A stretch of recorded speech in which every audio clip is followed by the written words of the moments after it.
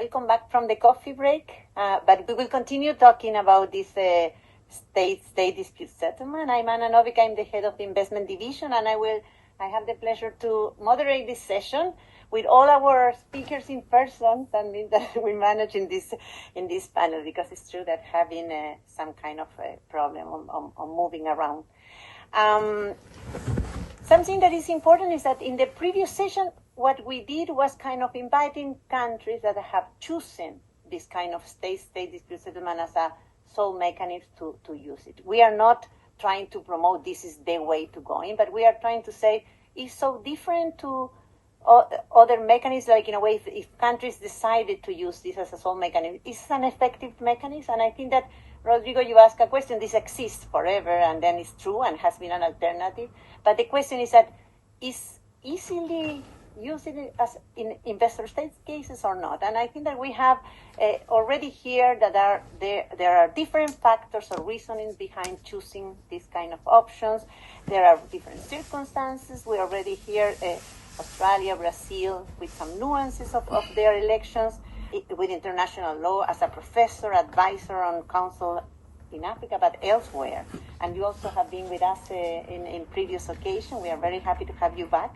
And what we want to see from your perspective is why has SAS has been considered in the African negotiation. We just listened to Zakaria mentioning that. But also, what are the lessons for governments that wants to use this kind of mechanism? Thank you, Anna, and good morning. So, Anna, as you know, I've been for many years acting as a lead expert for the AFCFTA Secretariat on the negotiations of the investment protocol and also on the famous annex on dispute settlement. And I just want to start with the disclaimer by saying that whatever I say here does not necessarily reflect the views of the AFCFTA Secretariat. I think that in the African context, there is maybe an African exception or an African particularity when it comes to SSDS. Thank you. I have to speak in French. Okay. Merci. Heureusement que nous avons un seul monde, on n'a pas deux mondes. Luckily, we only have one world. We don't have two worlds.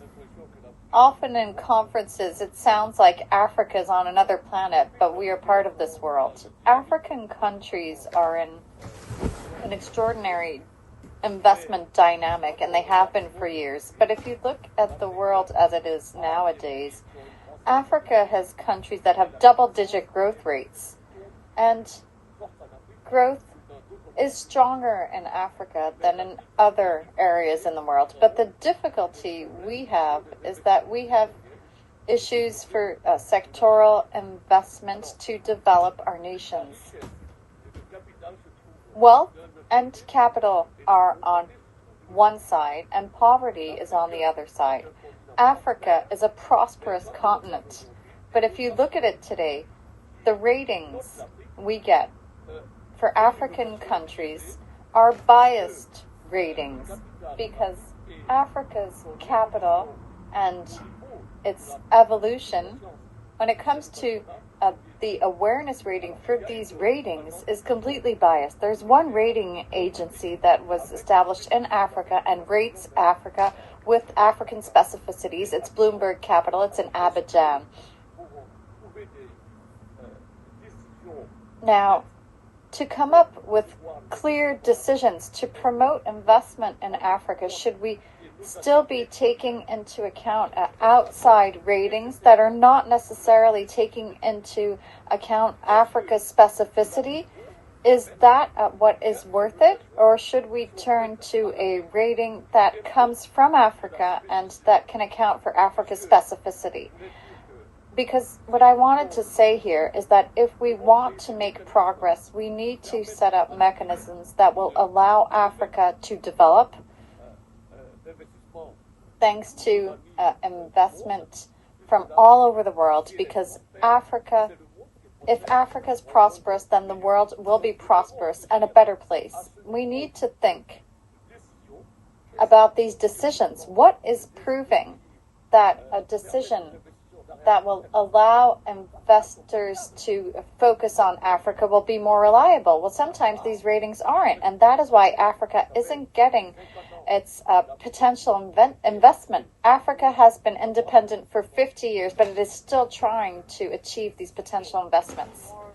Interested in the panelists' views on how SSDS, either if it were to replace ISDS or if it were to continue to exist alongside ISDS, would interact with and contract-based mechanisms of the settlement of disputes between investors and states. Many hundreds and perhaps even thousands of state contracts currently provide for arbitration between state entities. That could be state-owned enterprises, could be ministries, could be the state in its sovereign capacity signing the contract, to be submitted, these disputes to be submitted to arbitration as well. Do you see any tension there? Do you see any possible, alignment there?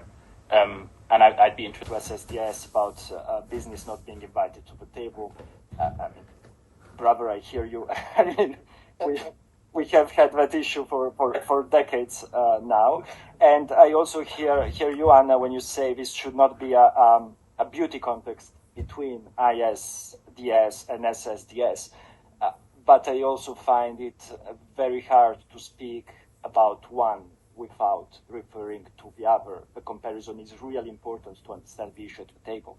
And I'll put a lot of effort in not declaring a beauty winner here, but at the same time, I think it will be clear who is the uglier context.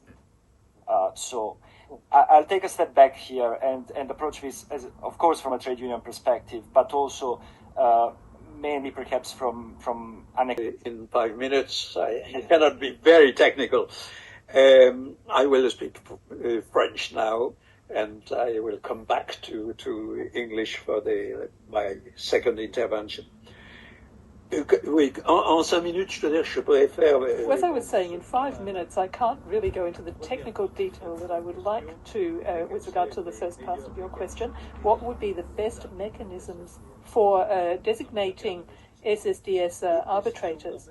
Now, just 2 details, however. The question is quite different whether you're thinking about permanent jurisdictions. We haven't talked a lot about them so far, but like the International Court of Justice. And when it comes to arbitration in strict terms, when we're talking about... Jason, now it's your turn. I think that you are keen to talk about, because you have been representing business organizations and U.S. companies, international business, and I understand because of previous intervention that you have been a big promoter of the investor-state dispute settlement, and you can make again the case. Happy to hear about that. But most important, if government, for example, Australia or Brazil, are providing for investor, this is the only mechanism that we have for you to put your topics on the table. I'm a bilateral investment treaty negotiator representing Turkey.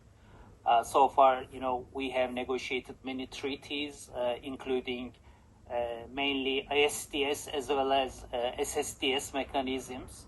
The main problem is that, when we negotiate investment treaties, investors are coming to us and they want us to include a credible dispute settlement mechanism in the bilateral investment treaties, because mainly they are investing in less developed... Exception or an African particularity when it comes to SSDS is that the whole discussion on SSDS is also connected to management of disputes. If you check Chapter 7 of the 2023 Investment Protocol to the AFCFTA, actually Chapter 7 is entitled Management and Settlement of Disputes.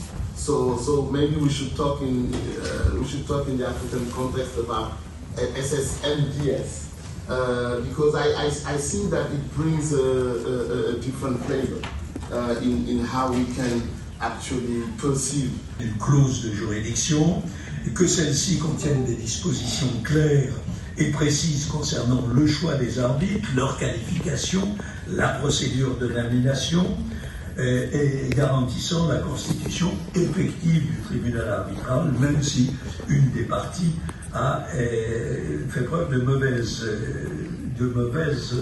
volonté à cet égard. Et Mme Nobles a déjà évoqué ce problème ce matin.